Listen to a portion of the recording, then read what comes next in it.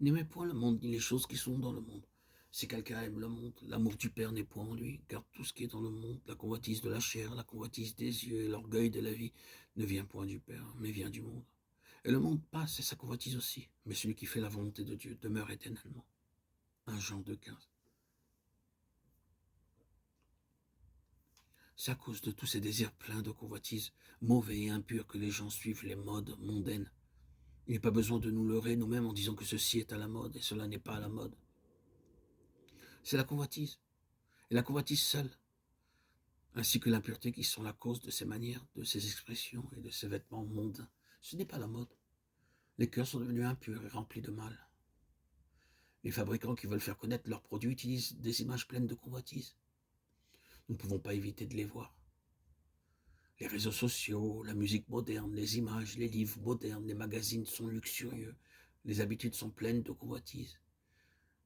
Les vêtements modernes qui habillent à moitié le corps sont honteuses. Si nous allons après le monde, n'espérons pas être qualifiés pour le royaume de Dieu. Nous serons séduits par les gens mondains, mais grâce soit rendue à Dieu pour la grâce qu'il nous a donnée de nous conserver sans souillure et de préserver nos vêtements de toute tache du monde. Sinon, nos pensées seraient souillées. Si nous allons après le monde, nous ne pouvons pas parler librement, ni rendre témoignage hardiment, ni nous concentrer sur la parole de Dieu. C'est ce qui arriva au temps de cette troisième période de l'histoire de l'Église. Ils commencèrent à imiter le monde et ils tombèrent graduellement. Ils introduisirent beaucoup de pratiques abominables.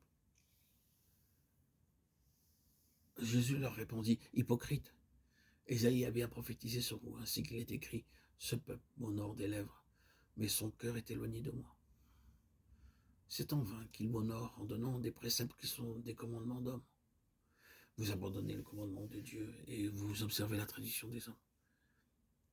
Il leur dit encore, vous rejetez fort bien le commandement de Dieu pour garder votre tradition. Marc 7, 6, 9. Nous apprenons ce qui vient de la tradition, ignorant la simple foi dans le Seigneur Jésus-Christ. Il nous donne la véritable beauté.